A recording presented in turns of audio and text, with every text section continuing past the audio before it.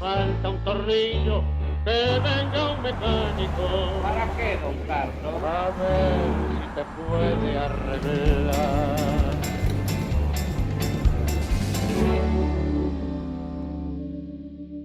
Hola, buenas noches, bienvenidos al Tornillo aquí en el canal de la ciudad. Luisito.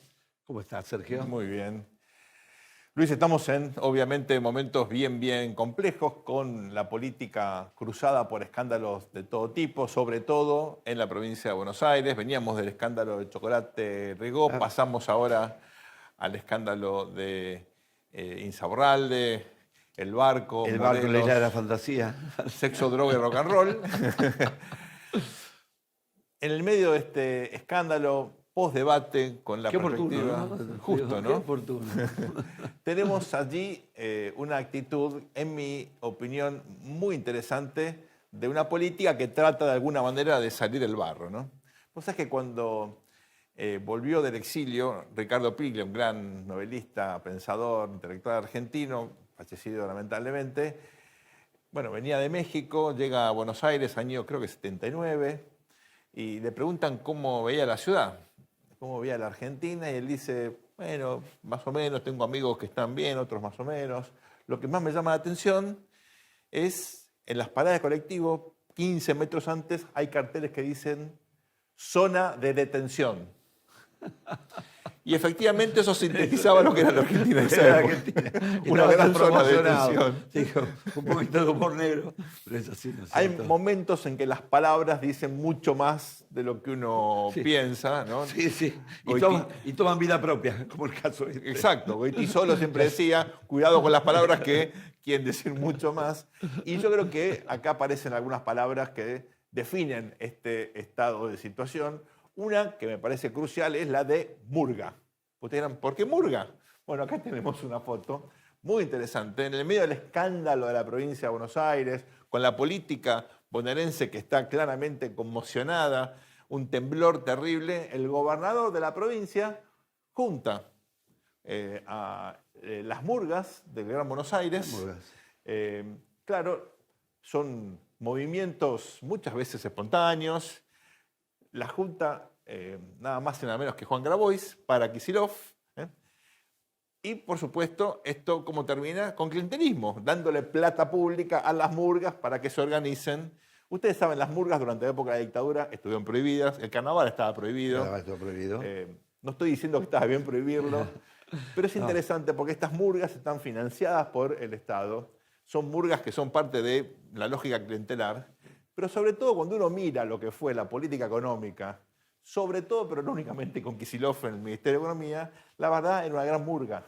Ahora, manera en Sergio, la vos cual- viste que el carnaval, bueno, es una tradición intelectual, pero Giorgio Agamben dice que el carnaval es ese momento de licencia, Claro. de toda obligación, para que se invirtieran las jerarquías y la sociedad finalmente, después de 3 meses de orgía, dijera, che, volvemos a la normalidad. Tal El cual. problema contra la normalidad es el carnaval y vos encima le agregás burla. Tal cual, claro, lo de Bastín y la canibalización de la sociedad. Exactamente. ¿Se acuerdan la canción de Serrat, Fiesta?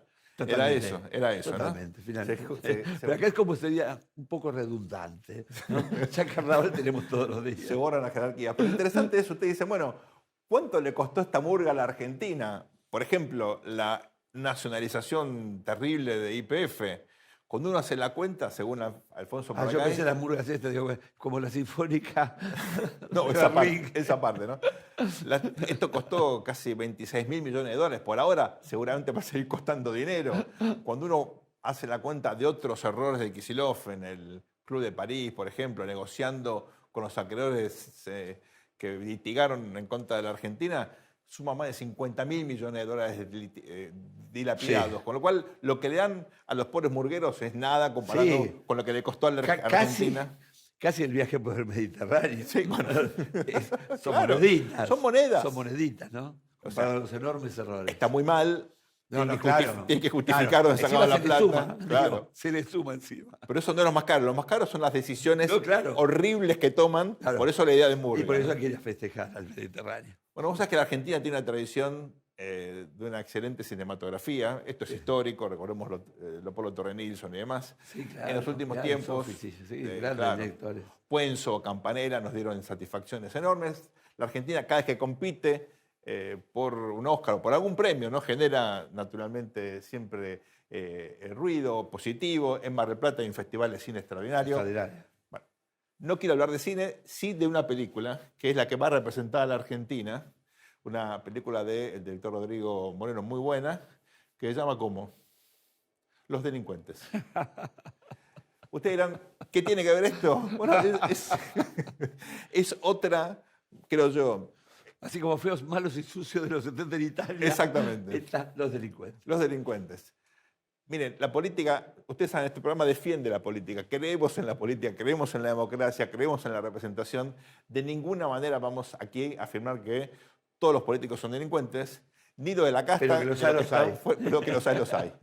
Y en este momento me parece que estamos en un escándalo tan significativo, Chocolate Rigol, lo de Martín Insaurralde, que es muy, muy significativo que la película que nos representa tenga efectivamente ese título. Le recomendamos O la sea película. que es un candidato al Oscar. No, Definitivo. claro. Más aún, ¿cómo se llamaba, Luisito, el barco en el cual estaba paseando tan cómodamente Insaurralde con su amiguita? ¿Cómo se llamaba? Bandido. El barco se llamaba Bandidos. Entonces, murgas, delincuentes y bandidos Murgas, delincuentes y bandidos. son tres conceptos. Claro. Hay, Feos, Malos y Sucios, murgas, delincuentes y bandidos. ¿Vos Muy te acordás bien. este filósofo del lenguaje, Austin, que allá a fines de la década del 50, comienzo de los Los actos 60, perlocutivos y locutivos. del siglo pasado, generó este concepto, cómo hacer cosas con palabras. Los argentinos sabemos hacer cosas con palabras como murgas, delincuentes y bandidos. Hicimos este sistema político que ¿Y efectivamente... cómo hacer las cosas con palabras? Con palabras, ¿no? Con decretos. Con decreto, con este tipo de palabras. No queremos dar una imagen muy, muy negativa, al contrario, lo tomamos un poco irónicamente. Son algunas palabras, no son todas, al mismo tiempo que aparecen en estos casos, hay un sistema Ahora, político... Sergio, digamos, si todo el año la pasan bien, ¿por qué no se guardan aunque sean las elecciones?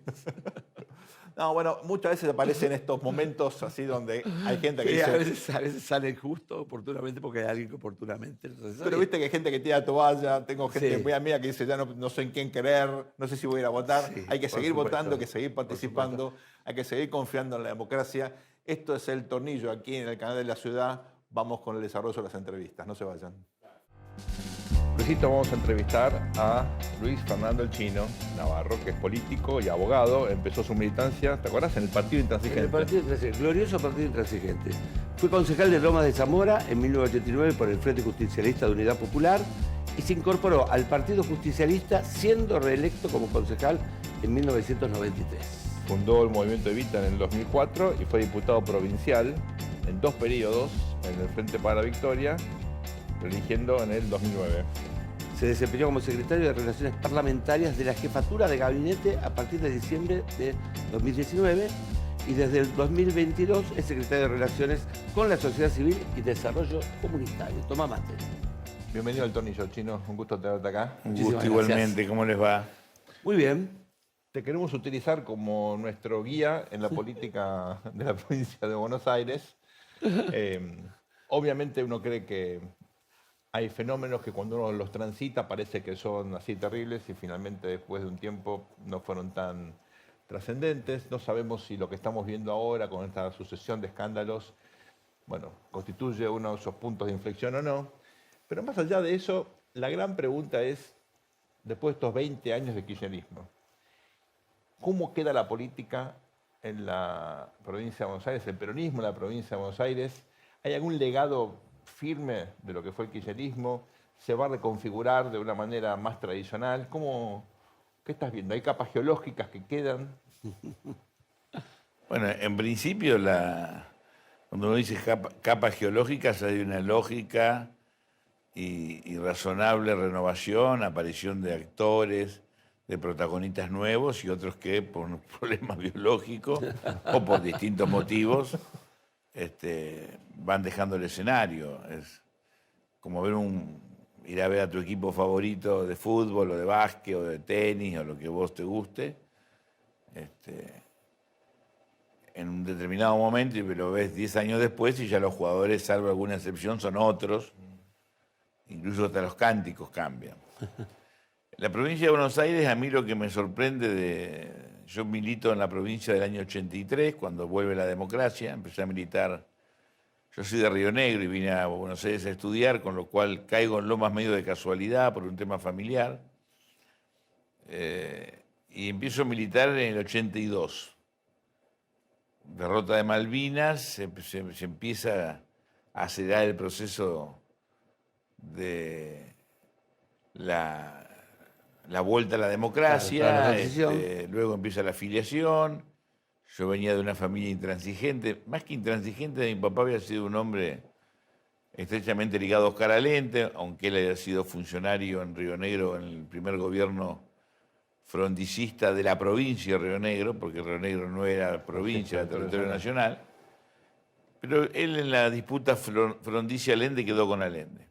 Así que yo me afilié, nunca supe si porque quería seguir el camino de mi padre o porque tenía algún componente gorila que me impidió afiliarme directamente al peronismo. Pero teniendo en cuenta que venía de un lugar, de un pueblo de 7.000 habitantes, después había estudiado en la Universidad de El Salvador durante la dictadura, que era también como un lugar muy alejado de la realidad dura, difícil, claro, controvertida, que sospechábamos lo que pasaba, que teníamos alguna idea, pero que se empieza a descubrir también post derrota de Malvinas, ¿no? Cuando empiezan las primeras denuncias, campo de concentración, desapariciones, todos los delitos de lesa humanidad.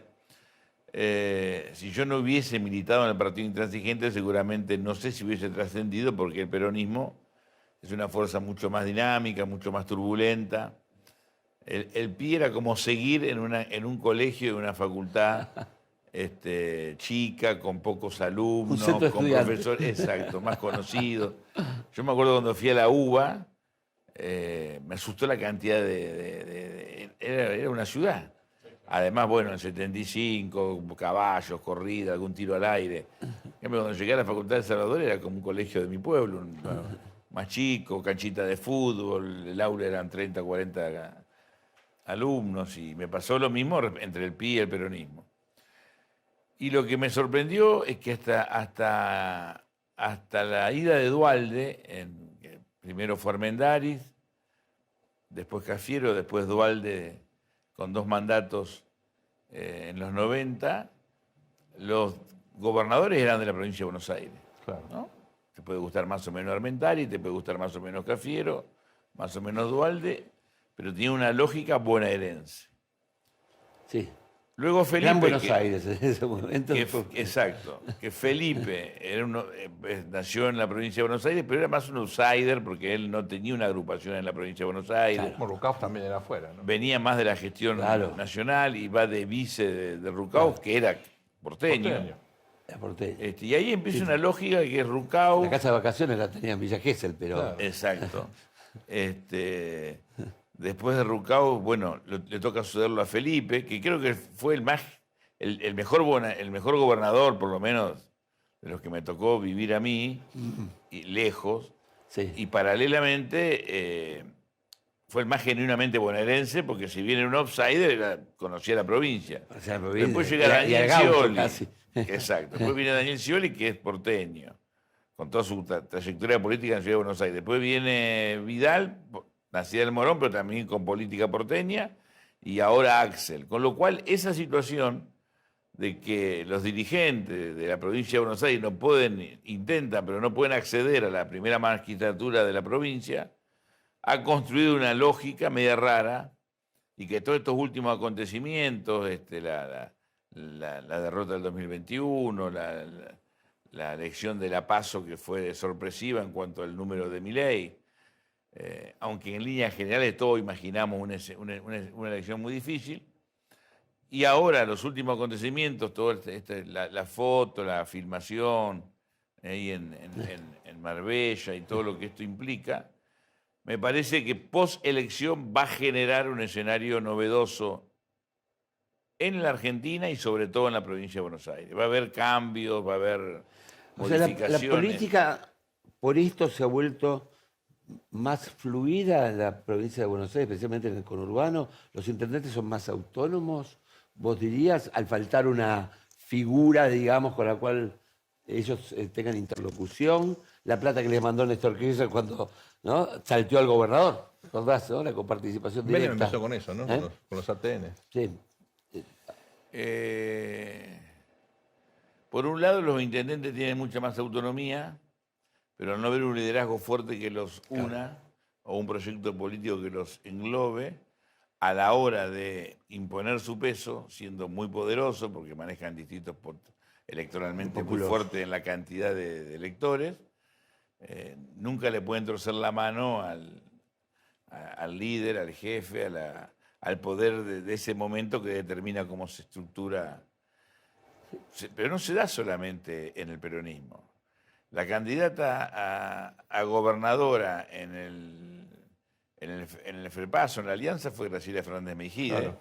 que primero había sido diputada y había ganado en el 97. Sí, así es. Y el candidato después de Vidal vino Santilli y ahora Grindetti, que está en Lanús, pero que no es de la provincia. Digamos, hay toda una situación que se da en todas las fuerzas, ¿no? Claro. Y eso, de Bueno, alguna manera, se venga a la provincia de Buenos Aires y en lo manda Jorge táctico, Macri. en lo cotidiano, los intendentes están empoderados porque tienen un presupuesto importante, Sí, claro, que antes no tenían, a partir de que las provincias fueron tomando servicios, tareas, Sí, pasaban a ser mini acciones gobernadores. que antes no tenían a cargo. Hoy vas a un municipio y tiene Hospital.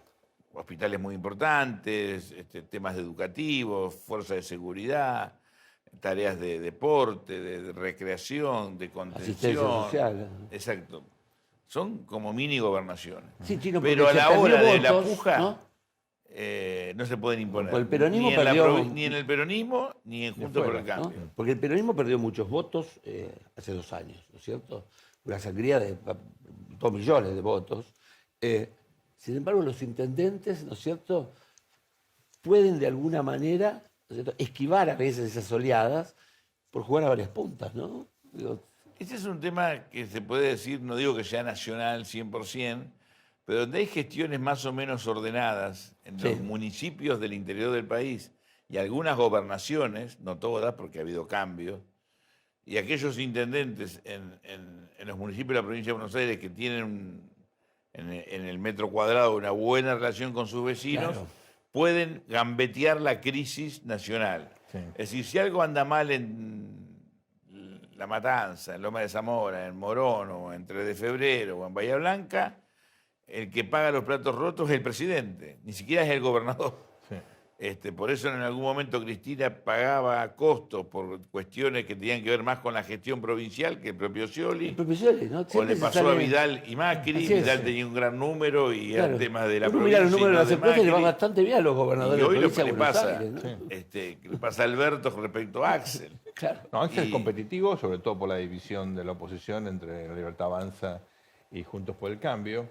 Pero déjame meter un poquito un doble clic en lo que estabas hablando de esta renovación. ¿Cómo la imaginás? ¿Con un peso territorial más fuerte, con los movimientos sociales convirtiéndose en actores más influyentes?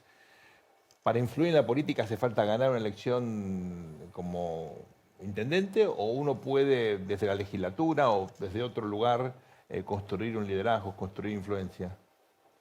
Para mí hay que barajar y dar de vuelta. Yo hace varios años que vengo planteando esto en distintos ámbitos. Hay un ciclo de la política que se está agotando.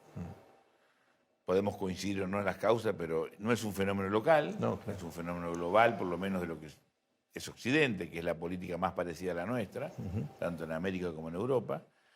Y para mí es importante ganar un municipio, es importante tener diputados con peso en las cámaras que legislen y provoquen debates que tengan que ver con los problemas de la sociedad. Muchas veces la política, generalmente discutimos temas que tienen que ver con la problemática política y no con la problemática de la comunidad o de la sociedad civil.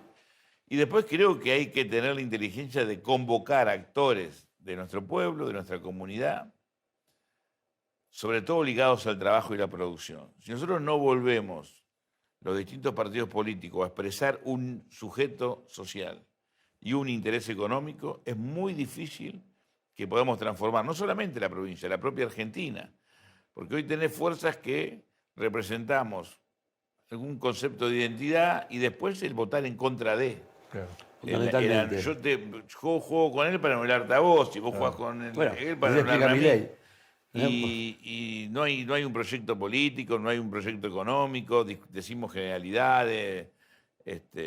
Y me parece que el peronismo, así como el radicalismo cuando nace, una fuerza de clase media, basada sobre todos los derechos cívicos, y también con una política productiva, y los sectores del interior de la provincia ligados a la economía agropecuaria se identificaban, no digo todos, pero con el radicalismo un sector, el empleado público que en aquel momento tenía jerarquía y era Sí. una burocracia respetada, el director de escuela, y luego el peronismo expresa como sujeto al trabajador y también representaba un interés que eran las pequeñas y medianas empresas, bueno, y algún sector, entre comillas, porque las palabras a veces han quedado viejas, conservador o de centro derecha, digo, dicho esto entre comillas, expresaba al gran capital o a los grupos económicos. Hoy está todo cruzado. Sí.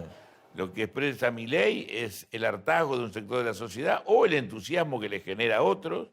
El peronismo es ese sano folclore o las banderas históricas que nos quedan de Perón y Evita y Néstor y Cristina. Y ahora Sergio Massa, que tiene un desafío importante, que es dejar de mirar por el retrovisor y manejar por el parabrisas y proponernos metas de futuro, no volver, sino avanzar. Y Juntos por el Cambio, que está atrapado en el orden, te elimino, te ordeno, parece un preceptor de escuela más que dicho con todo respeto, ¿no? Más que un proyecto de país. ¿Qué es el Pero movimiento la Evita? crisis, digo, es estructural, Sí, sí, no es sí. un problema Sí, de un una partido fuerza. ABL y de orden. Contanos qué es el movimiento Evita en este contexto de una política que está efectivamente en crisis, es muy evidente. ¿Qué es el movimiento Evita? En primer lugar, ¿cómo ves los movimientos sociales, pero en particular el Evita, que es algo raro, ¿no?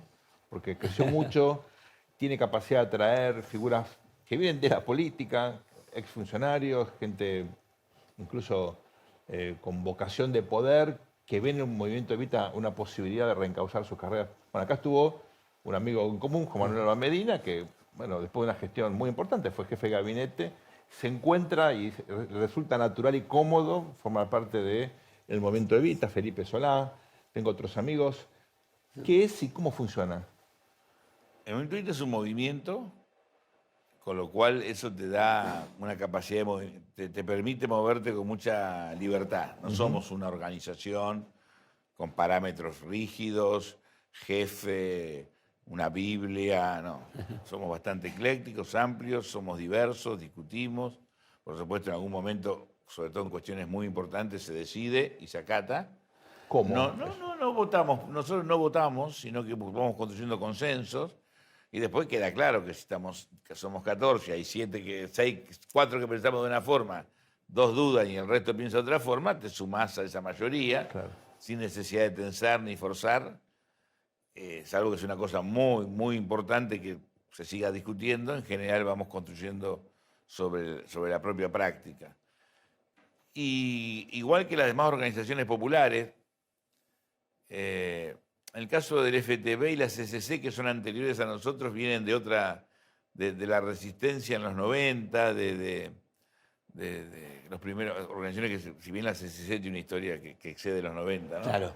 Pero digo, crecen en masividad y en visibilidad pública cuando empiezan a enfrentar a las políticas de Menem, y al 2001 sobre todo tiene un momento importante, también junto con la CTA, que era un movimiento sindical, pero tiene un componente social importante. El Evita es como hijo de la transición entre el 2001 y la llegada de Néstor, y el proceso de Néstor y Macri ahora, y no sabemos qué va.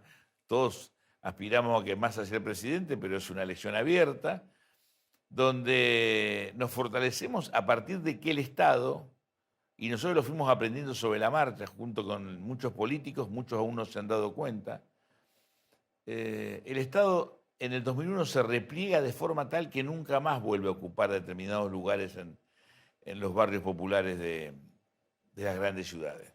Está la unidad sanitaria, está la comisaría, está la delegación, pero no está la acción política fuera de la delegación, fuera de la comisaría o fuera de la unidad sanitaria. Tenés que ir hacia la unidad sanitaria o hacia la comisaría o hacia la delegación para que alguien del Estado te dé una respuesta, o una oficina del ANSES o una oficina del PAMI que pueda estar en un territorio crítico o castigado.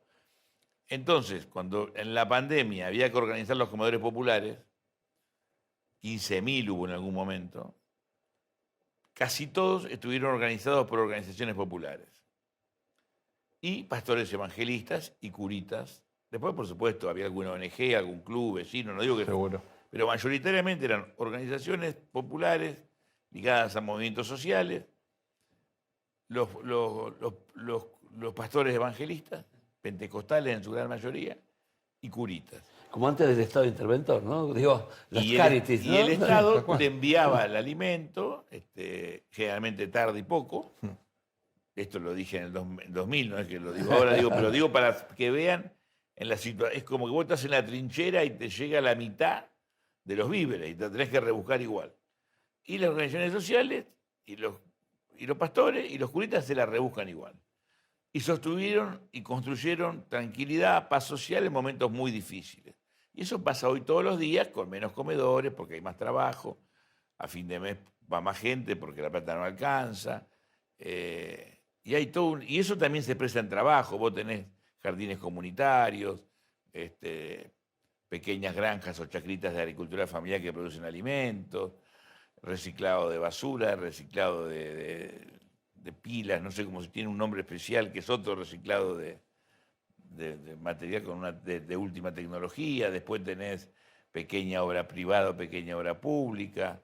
Pero entonces vos decís, los movimientos sociales llenan el vacío generado por la retracción del Estado y de la política a partir de la crisis del 2001. Cuando yo llegué a Lomas, en el año 82, y empieza la apertura democrática, aún en los últimos meses de la dictadura, yo iba mucho a Cuartel Noveno, ¿no? Cuartel Noveno, el Partido Intransigente tenía 3 dirigentes.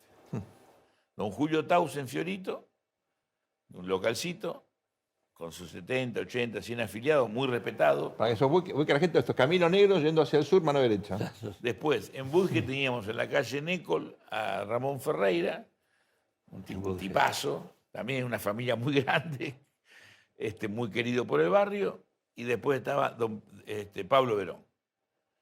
Y el peronismo tenía, si el PIB tenía 13, el peronismo tenía 200, claro, 300, 400, 500 dirigentes que todos tenían su unidad básica. Y después había locales de la Unión Cívica Radical, Ateneos, del MID, de la Democracia Cristiana, el Partido Comunista, el MAS. Creo que hasta había locales, no en el barrio muy popular, pero en los barrios de clase media de la UCD, me parece que ya estaba... Seguro. Bueno, eso hoy no existe. Vos vas a un barrio hoy y no encontrás un local ni de casualidad. ¿Qué hay? O templos evangélicos de 20 personas, de 80 o de 300, o un local de una organización popular. Cuando en el 1988 se produce la hiper de Alfonsín, en Loma de Zamora hubo tantos o más comedores populares, ollas, le decíamos en aquel momento, ollas populares, que en la pandemia la cantidad de comedores que hubo en Lomas. ¿Quién atendía a esos comedores u ollas populares en el 88? La política. Secretario de Hacienda, secretario de Gobierno, la agrupación del concejal, director, un compañero que no estaba en la municipalidad, pero todos reconocían por su identidad, Patria y Lealtad, claro, Perón, Evita Eterna, Partido Intransigente, el MAS. La política estaba y daba respuesta y articulaba, siempre con desconfianza, porque a medida que la democracia avanzaba, la política era más cuestionada. Ahora, Chino, cuando vos pensás la transformación... Hoy eso, perdón, y termino. Sí, no, pero queda claro. Más. No existe más. Y eso fue un lugar llenado. Vos fijate que fueron los hijos directos en última instancia, de la crisis que empieza en el 89 y que en el 2001, ¿no es cierto?, realmente es un fenómeno casi atómico. Y hoy tenemos casi el hijo legítimo del otro lado, que después de 22 años de embarazo, ¿no es cierto?, toma la bandera de que se vayan todos. Digo, vos la transformación que pensás, y esto sería como la última pregunta, ¿la pensás con los partidos tradicionales para que sean ellos los, digamos, de alguna manera los barcos, ¿no?, que lleven esta transformación? No es una buena metáfora estos días. Massa me invitó a subirme al barco, pero no me llegó la invitación, parte antes. ¿No? Digo, o pensás partidos nuevos. Yo creo que si gana Massa, si gana Bullrich o si gana Milei, yo creo que Massa, a pesar de la inflación, la crisis, todo lo que arrastramos como gobierno, tiene posibilidad de ganar, pero Bueno, se juntaron. obviamente sería un necio o un miope si no admitiría que también puede ganar Bullrich o Milei, y que Milei ha sido una sorpresa con un voto consolidado. Si no hay un acuerdo de unidad nacional con un piso de vamos a resolver la crisis, no administrarla, vamos a resolver la crisis, y no es todos ponen, no, ponen los que no han puesto o se han llevado más en los últimos 40 años, que es una clase dirigente de élite, donde estamos los políticos, obviamente, pero también están los grupos económicos, ya sea productivo, financiero, el campo. No me refiero al pequeño y mediano productor del interior de Santa Fe, hablo de los que exportan millones y millones de dólares al extranjero. Esa élite es la que tiene que hacer un sacrificio y un esfuerzo en el marco de la unidad para que el resto de la sociedad crea, porque no solamente hay que ser, sino parecer, y eso va a poner pata para arriba el sistema político tal cual lo conocemos.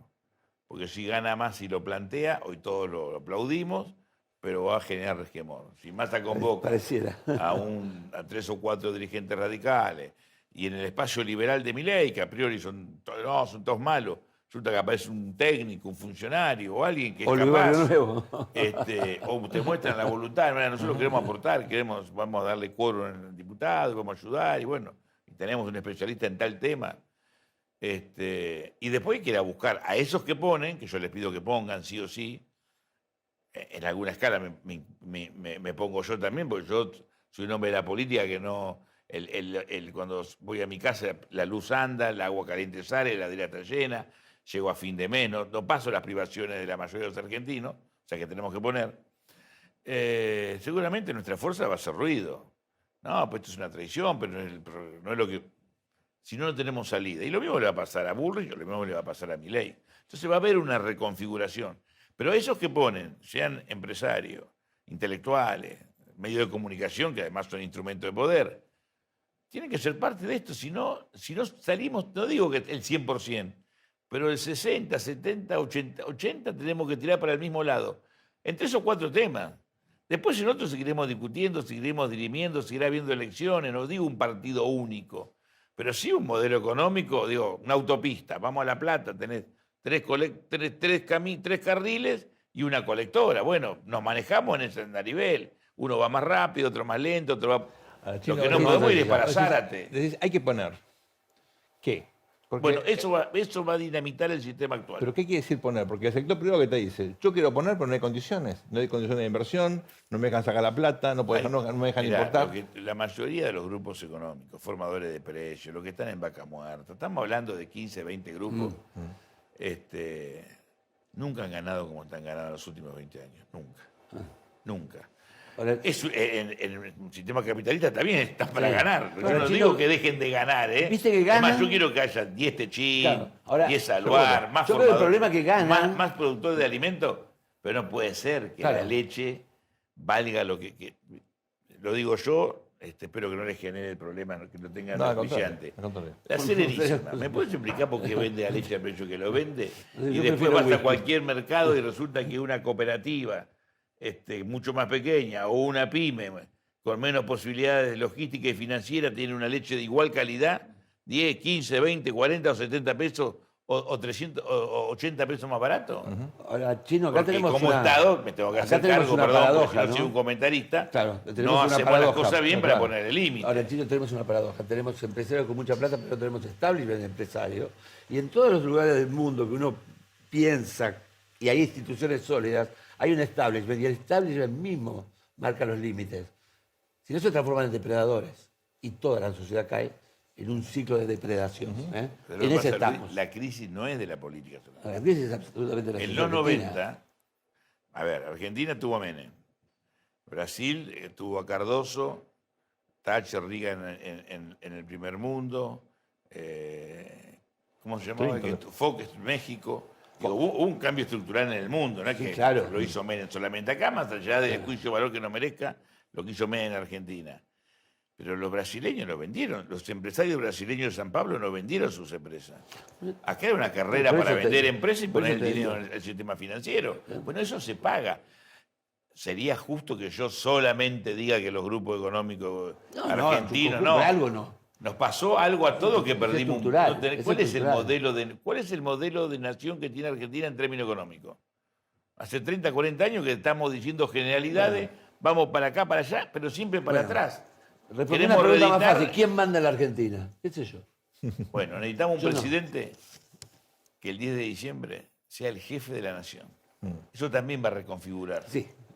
Ese sí. jefe Por lo tiene menos que, eso sería un buen comienzo. tiene que ser jefe de acuerdo a lo que establece la Constitución. Muy bien. Chino, un placer tenerte acá. Muchísimas gracias. Me quedaron algunas preguntas respecto de San Lorenzo, pero te dejo para otro, Ah. para otro programa. Quisiera que jugáramos 20 metros más adelante. Un placer hablar contigo y bueno, esto se llama El Tornillo. Estamos acá en el canal de la ciudad, volvemos enseguida. Es un, Antes de fin de año quiero volver. claro, ojalá podamos armarlo. Esto es un programa que cree en la política, que defiende el sistema político. Hay Y veces que busca el tornillo. Hay que buscar el tornillo para arreglar las cosas. Hay veces que la política no nos da muchos elementos para ser optimistas, pero bueno, muchas gracias por venir. Gracias, fue un gusto. Ya volvemos, no se vayan en un ratito. Aquí en El Tornillo continuamos con el desarrollo del programa. Al mundo le falta un tornillo, que venga un mecánico. Luisito, vamos a entrevistar a un amigo de la casa. Qué bien, por fin. Hernán Lombardi es ingeniero civil, empresario, político. Durante 1999 estuvo a cargo de la Secretaría de Turismo de la Nación. Fue interventor de la Administración de Parques Nacionales. En 2001 ocupó la Secretaría de Turismo, Cultura y Deportes unificadas en un solo ministerio por Fernando del Arco. Estuvo al frente del Ministerio de Cultura de la Ciudad de Buenos Aires, ahí en el viejo edificio del diario La Prensa. Así es. También estuvo a cargo del ente de turismo. En 2011 estuvo al frente de la jefatura de gabinete y al iniciarse la presidencia de Mauricio Macri, en el 2015 juró como titular del Sistema Federal de Contenido y Medios, pero más que nada, Hernán conoce la política como nadie, fue presidente de la Línea Recta, el Centro de Estudiantes de la Facultad de Ingeniería de la Universidad de Buenos Aires. Que fue el cargo más poderoso que tuviste. Claro. en tu vida. Ahí me daban bola. ¿Cómo estás, Bueno, como Hernán? Alberto, ¿no? Que era más poderoso como jefe de ¿Cómo gabinete que andan, como queridos presidente. amigos? ¿Cómo andan Muy los bien, dos? muy Muy bien, con mucho laburo, ¿viste? Cuando todo es un despelote, a los politólogos y a los sepultureros nos va bárbaro, che. Tratá de explicarme este quilombo, dicen. No, al contrario, Porque te porque llaman esto del se llama exterior y dices, ¿qué hago? esto se llama El Tornillo por la canción de Cadío que cantaba Gardel, ¿no es cierto? Al mundo le falta el tornillo, que venga un mecánico. Así que vos, que sos un ingeniero civil, más o menos, ¿viste? Te vas a dar alguna clave. Empezamos por un lado raro. Sos fuiste empresario de la cultura. Conocés el mundo intelectual como pocos. ¿Cómo ves el campo intelectual en la Argentina? ¿Cómo ves que está la comunidad artística en el medio de esta crisis? ¿Cómo viven ellos este momento raro?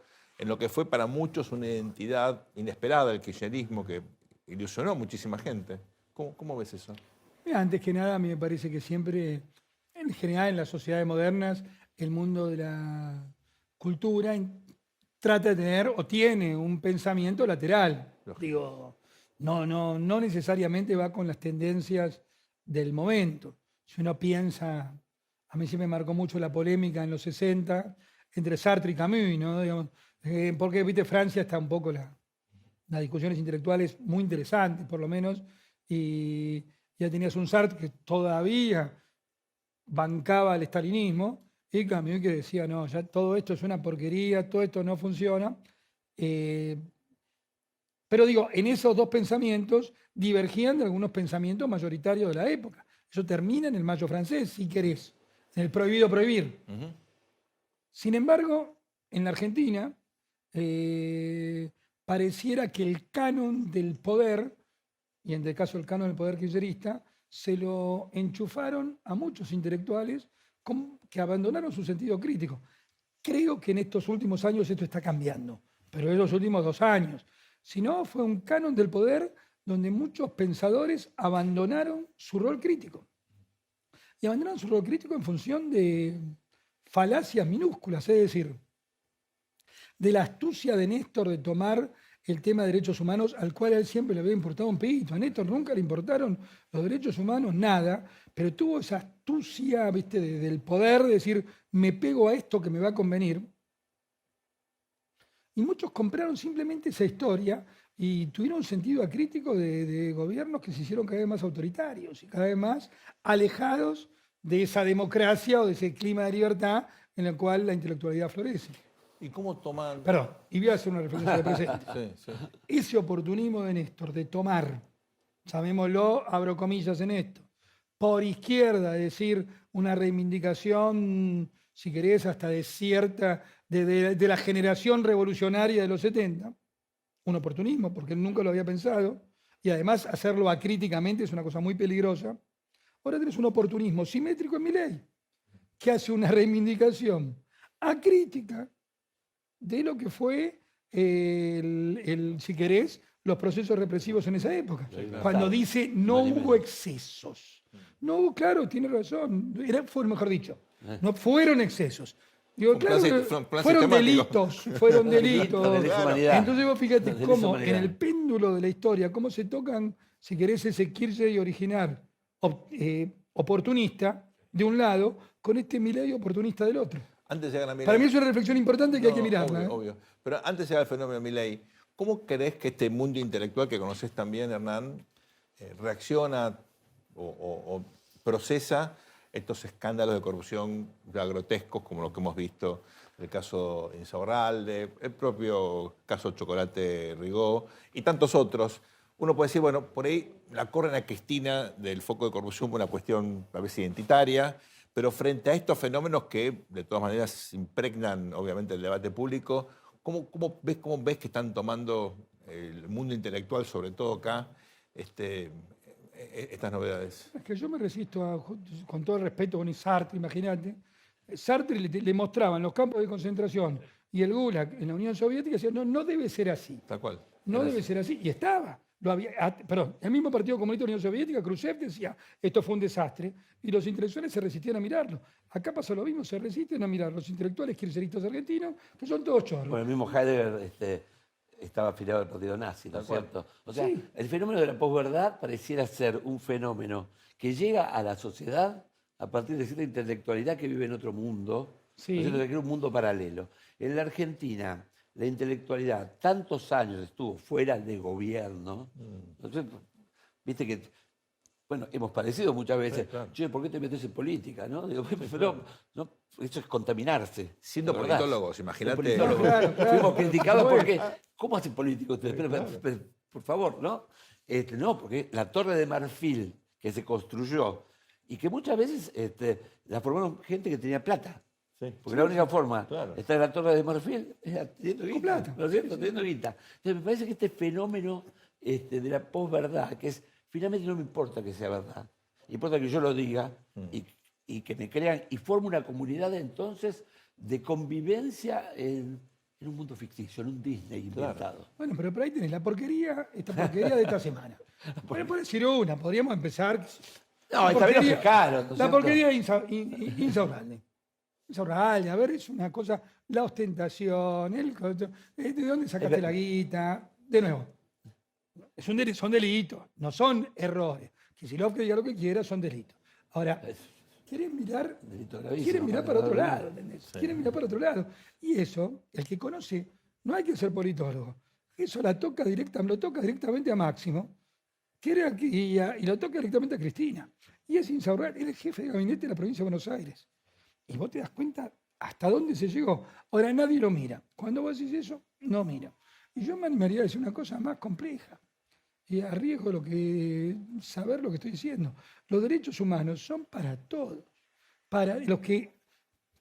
Porque los derechos humanos, en el fondo, hay un valor superior desde la Declaración de los Derechos Humanos por las Naciones Unidas, de esos derechos universales llegan a todo el mundo. Por lo tanto, los genocidas, que yo detesto, que pienso que son unos criminales, también tienen sus derechos humanos y también a lo mejor a los Sí. 70 años tienen La que ir a cosa que arresto violen los derechos humanos domiciliario. ellos, otra Porque cosa- si no, Otra cosa es violar los unos. yo a mí siempre me gusta hablar si no generamos una bestialidad simétrica.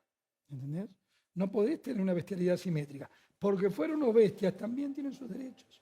Es decir, y sin embargo decís eso, y entra todo en una discusión incómoda. Sí, claro. Bueno, hay una discusión, obviamente, si se trata de un sistema planificado de exterminio y el Estado, ¿no es cierto?, es el que hace eso. Porque vos fíjate lo que pasó, interesante para charlar un segundo, ¿no? En Italia, ¿no? La Brigada Roja. La Brigada Roja que era un fenómeno que también tenía un componente intelectual fuerte, un componente de clase Renato media, ¿no es Curcio. cierto? Y el Estado italiano se mantuvo dentro de los márgenes de la legalidad, inclusive lo liquidaron a Moro, ¿no es cierto? Claro. Los protegió a ellos de la misma estupidez, si vos querés, de enfrentar una fuerza armada Alemania, europea, como aquí en la Argentina. Alemania con la banda Bader-Meinhof Lo mismo. los combatió dentro de la ley. Ahora, esto no quiere decir, había que combatirlos. Son dos cosas distintas. Sí, claro. Porque la violencia política es una Hay cagada. intelectuales que se Lo haga pasaron quien en lo haga, cafúa, muchachos. vamos a decirlo académicamente, décadas. Décadas. Aún España con otros problemas, pero el fenómeno de ETA, que era terrible y que puso en España jaque la tuvo, democracia. tuvo algunas deformaciones. Tuvo algunas en la forma de deformaciones, gobernar. digo. Bueno, lo mismo el Irak también, que sí. es un fenómeno Claro. nacional, ¿no es cierto? Es otra cosa. Sin embargo, se pacificó. Hernán, naciste políticamente en el radicalismo. En algún momento, bueno, terminaste en el PRO, una transición que seguramente fue difícil para vos porque eras un radical muy convencido. ¿Qué te dejó el radicalismo? ¿Te sentís radical en alguna parte Sigue de tu...? siendo radical. Hay una liturgia, ¿viste? Hay una cuestión de... Liturgia es, qué sé yo, que cierta tendencia a creer que en la conversación Claro. se mejoran las ideas. Y esto tiene una tradición radical, que yo sigo teniendo. Y lo segundo que me parece muy, muy central es esa idea que, si vos me preguntás, uno tiene 150.000 ideas, ¿de cuántos lugares podemos abordar? Pues yo tengo una, que para mí viene de ese origen, de orígenes radicales, y que es el gran fracaso del 83 a la fecha. Mejores instituciones mejoran la calidad de vida de la gente. Ya. Ese teorema básico, por nada me salen ingeniero, mejores instituciones, mejor calidad democrática, hace que los chicos de la Quiaca puedan progresar. Por supuesto. Y eso no lo pudimos transmitir. Es el fracaso de una generación que no pudimos demostrar ese teoremita básico. Y eso me emparenta obviamente con esa tradición, si querés, del liberalismo político. Claro. Y eso, que en última instancia también estaba en el peronismo renovador. Estaba, Sí, claro. de alguna manera, ¿no? Lo contagiamos de los radicales, me asumo, ¿no? Digo, ¿no está llegando un poco ese consenso del 83? ¿No está cascoteado? Y este señor Milei no es, quizás, ¿no es cierto? Como hablábamos el hijo del que se vayan todos con 22 años de embarazo. Te hago una repregunta de eso. En mi ley hay un Yo discurso la contesta él, ¿eh? No, no, hay un discurso económico, me puede gustar o no, muy contundente, pero a diferencia de los economistas modernos, no hay ninguna dimensión institucionalista en su propuesta. Cero. Sí. De hecho, se preocupa mucho por la economía como si con la economía alcanzara. Sí, sí. Como todas Además esas- muestra un desconocimiento bastante fuerte, porque cualquier economista... Yo hice mi máster en política y economía en la misma institución que Claro. en SEADE, así que Claro. conozco bien ese pensamiento. Claro. No, pues yo que tenía un pensamiento más bien progresista, dije, quiero conocer esto, ¿viste? No, está lejos de cualquier fanatismo. entonces, No, te metiste con los austríacos. hay que estar muy alejado de cualquier Muy fanatismo. alejado, sí, muy alejado. Muy alejado de los Y fanatismos. tenés mucho estómago también, pero bueno. Sí, pues entonces cuando vos decís, y vos mirás, pero aún en esa escuela, lo institucional es clave. Y lo institucional... Para las calles, para la las ley es calles, fundamental. institucional. Para mí ese es fundamental. Pero vos fíjate que son puntos de contacto con el kirchnerismo, ¿no? O sea, el decisionismo voluntarista, ¿eh? A partir de ciertas ideas, también mirando al pasado, todavía más al Sí, pasado. sí. ¿eh? Pero ese es el decisionismo, me gusta esa idea por afuera de las instituciones. Es una idea que ni siquiera en esa tradición económica que a mí me parece muy... El anarcocapitalismo me parece una estupidez, digamos. No. Mejor, no tiene ninguna aplicación en el mundo Claro, real. no por es intelectualmente. lírico, Intelectualmente es es, poético, intelectualmente es un edificio muy atractivo. Poético. Hay tantos edificios teóricos atractivos. Sí. Por supuesto. Hay tantos edificios de... La izquierda también tiene edificios teóricos Por supuesto. atractivos. Después hay que gobernar, hay que tratar que la gente viva mejor. Pero digo, en ese edificio, aún en ese edificio del anarcocapitalismo, aún así las instituciones tienen importancia. Ahora, mira, ¿y se lo vota por las ideas o por la imagen de... No, yo creo que... No, se lo votó Tierra del Fuego, lo vota por las ideas. No, por eso.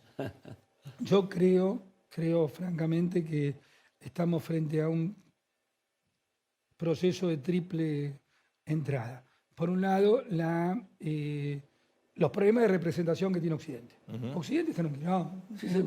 A ver, La grieta no alimentó Argentina. Europa Occidental o Estados Unidos ahí hay un lío. Tiene su La lío. representación política, cuando uno la mezcla con las redes, con la velocidad de la transmisión, a veces de la poca profundidad de las ideas que se pueden transmitir en esa gran velocidad, hay un problema, hay un desafío por lo menos. Ahí hay un tema, claro. Seguirle a cada cual ponga el origen de la crisis cuando quiera. Claro. Después del Rodrigazo, después del 75, la Argentina viene cayendo a pedazos. Sí. Así es. Cayendo a pedazos. Vos tenés- Y en el mundo del fracaso, los problemas de la globalización, ¿no? Entonces digo, todo eso genera un malestar, ¿no Por es eso, cierto? entonces que se vos tenés canaliza. un problema de representación mundial, una crisis problema económica económico. social en la Argentina. Y a su vez tenés los problemas de los propios errores de la política y de la no representación. Ahí se generó un caldo que yo creo que tiene un techo, Milei, que llega hasta acá, que no va a ser presidente de los argentinos. Pero vos sabés que cuando uno lo piensa en profundidad, es tal la revolución que significa en los tipos que miramos la sociedad hace mucho tiempo, sacó el 29% de los votos. Entonces, la pregunta es, ¿cómo llegamos hasta acá? ¿Cómo con estas ideas que se dividen entre ideas equivocadas e ideas que no se pueden aplicar? Arrancó diciendo dolarización. Y que había 5 caminos, yo lo escuché 20 veces, dijo, estamos estudiando 5 caminos diferentes para la dolarización. Después dice que no, después dice que sí. ¿Por qué digo dolarización? Porque es como, ¿viste esa palabrita mágica? Él instauró una palabrita mágica que además era falsa. Era el banco insignia. Y después porque las dos palabritas mágicas fueron dolarización y casta. Entonces, dolarización quedó anulada por él mismo. Y casta. Cuando vos estás solo, recurrís a lo peor del pasado. Claro. Siempre recurrís a lo peor. Es la lo más lógica barato. de la vida. No es que tenés... Porque te voy a decir más, si vos vieras, yo lo miro muy críticamente y sobre todo esa cuestión violenta que se ha construido alrededor de él. Pero si vos vieras que se incorporaron jóvenes, empresarios, trabajadores, y acá hay una corriente de pensamiento alrededor de este tipo que la verdad que viene a renovar la Argentina, quizás lo miraría con menos cuidado. Como fue Pero la no. UCD en su momento, por ejemplo. ¿Cómo? Como fue la UCD en su momento. Claro, vos decís, acá entró un grupo de gente que tenía una visión crítica de la realidad y que, ahora, cuando mirás lo que construyeron, no es así. Construyeron sobre las cloacas del sistema político. Ahora, Hernán, a veces me pregunto, ¿no será como un Menem a la -1? Viste que Menem empezó hablando del salariazo y terminó, ¿no es cierto?, haciendo otra cosa. Porque digo, está muy bien esto que son castillos en el aire, en donde algunos, digamos, se ganan la vida Claro.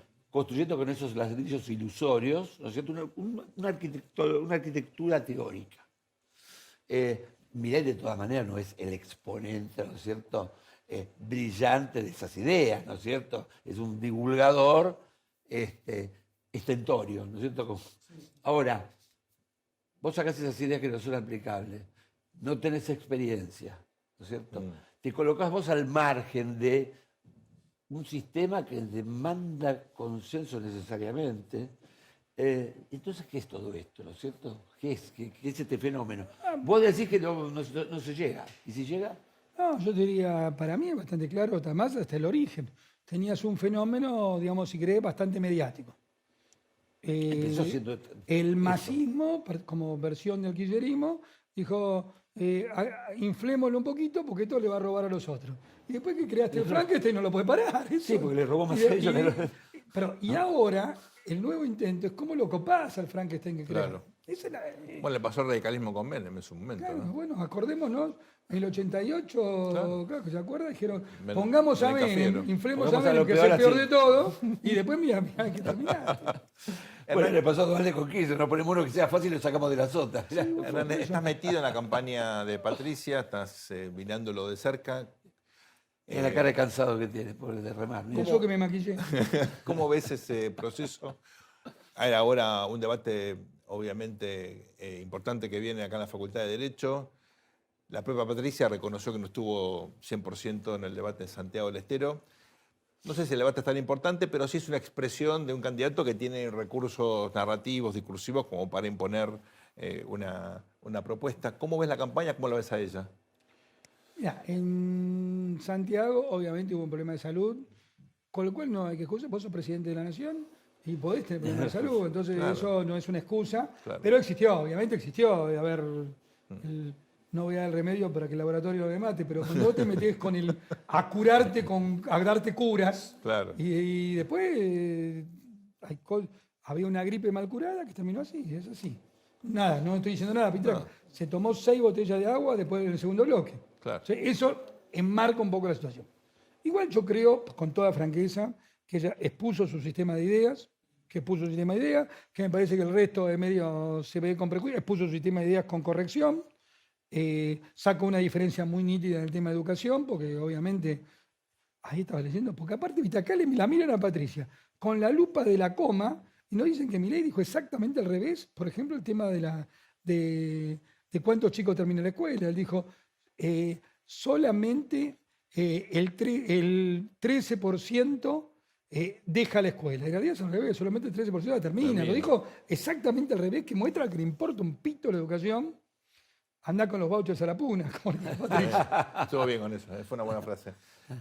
Pero digo, ¿cuál Sí, debiera le ser? faltó más ¿Cuál frases de eso, le faltó Claro. chispa porque, bueno. ¿Cuál debiera ser la mirada para el domingo? Bueno, nosotros, la verdad, yo trabajé en eso.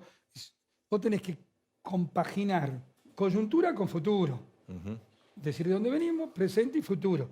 Pero tenés que explicar el futuro y la esperanza hacia dónde vas.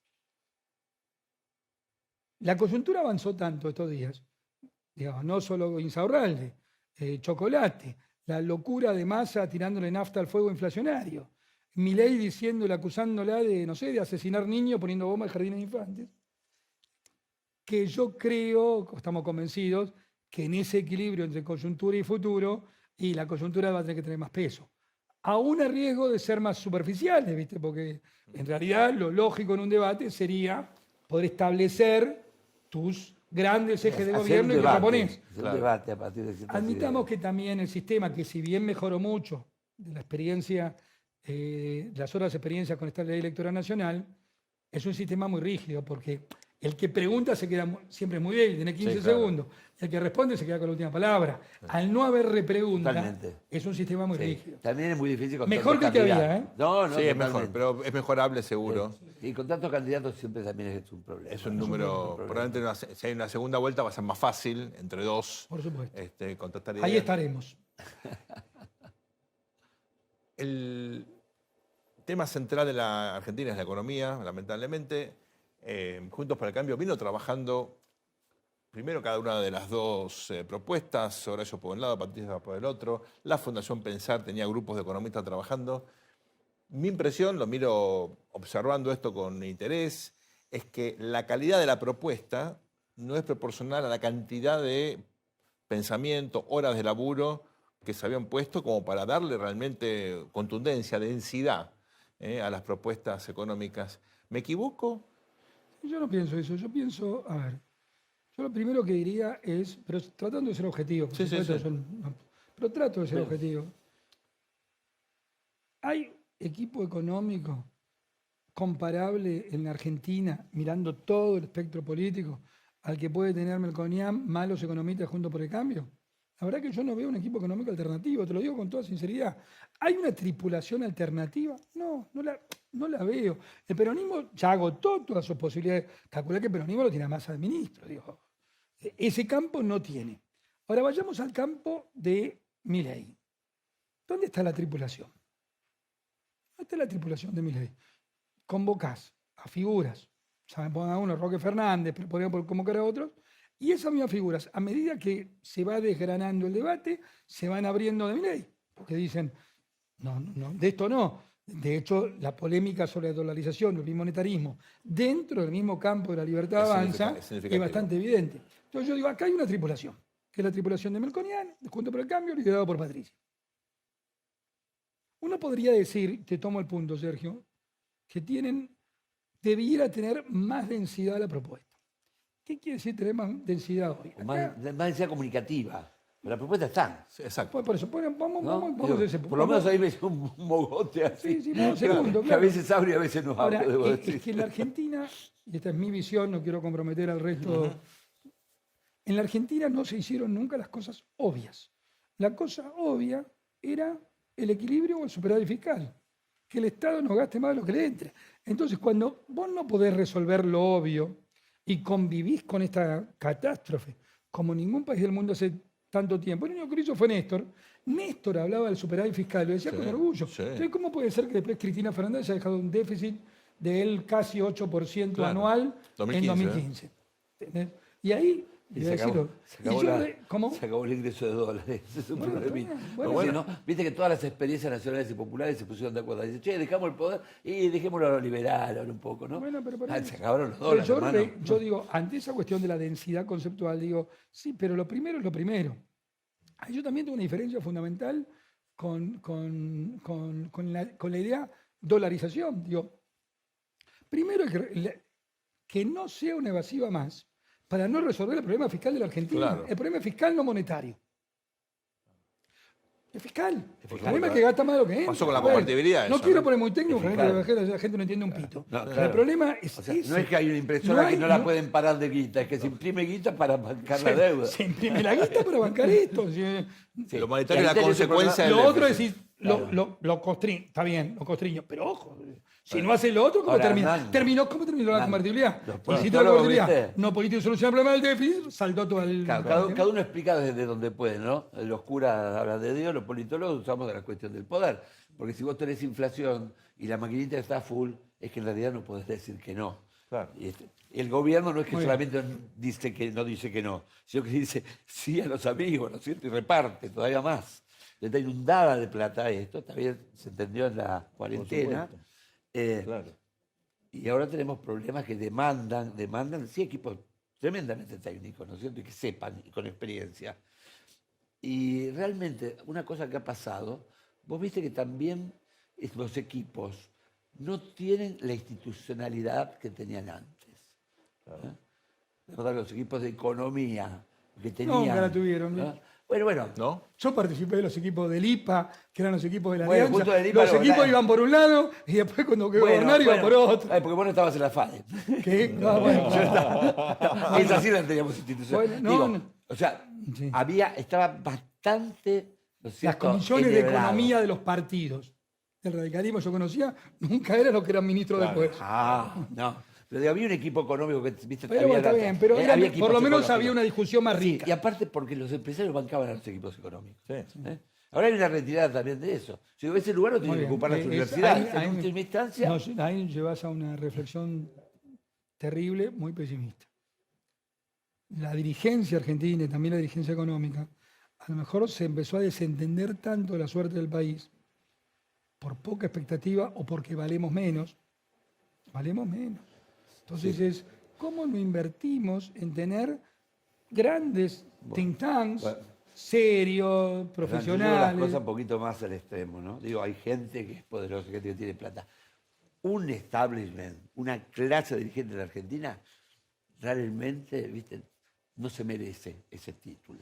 No, que No se y que transformó- tiene que ver con el desarrollo del país o el subdesarrollo del país se también. transformó Pero bueno, esto para en otro lo programa. peor que uno mira en el mundo, las economías de enclave, miran muchos a la Argentina y dicen, sí, a este le saco la guita rápido, Listo. me la llevo afuera y Y que porque se al no vayan haber todos". una misma Al no haber- dirigencia, claro, cada uno hace la que al no haber una quiere. mínima mirada de No hay- futuro. pero no hay Pero control yo ahí voy a hacer mutuo. una reivindicación con toda la autocrítica, las reflexiones que hemos hecho sobre el gobierno de Mauricio 2015-2019.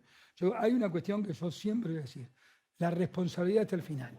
Claro. No entregaste con el déficit en menos de medio punto. Si entregaste las cuentas equilibradas. Probablemente yo haya sido que perdiste las elecciones por eso. Pero hay una responsabilidad última en un gobierno no populista que hay que decirla. Y no es lo más simpático de decir.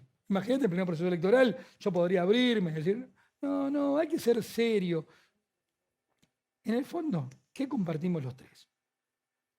No hagamos más concesiones a la mentira de estos demagogos.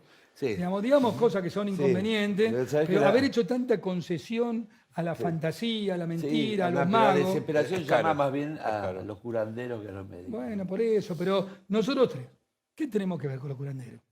Yo no tengo un carajo que ver con lo que lo digo, perdónenme la mala, con los curanderos. Digo, si tengo una función y un rol, tiene que ser más bien didáctico. Decir, mirá, por este camino nos vamos al corno. Y acá estas cosas se hicieron bien, hubo errores, se hicieron bien, porque si no es todo tirado a la gran hoguera de la soncera.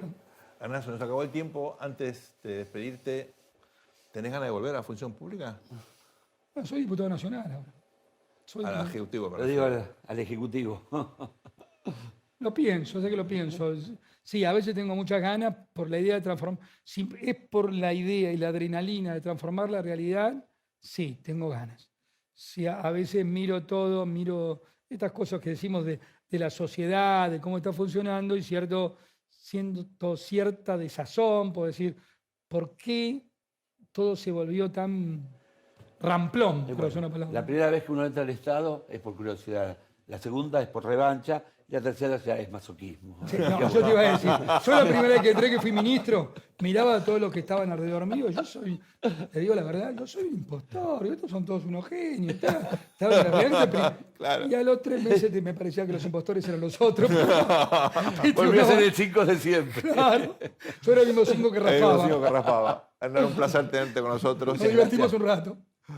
Gracias por acompañarnos. Esto ha sido El Tornillo, aquí por el canal de la ciudad.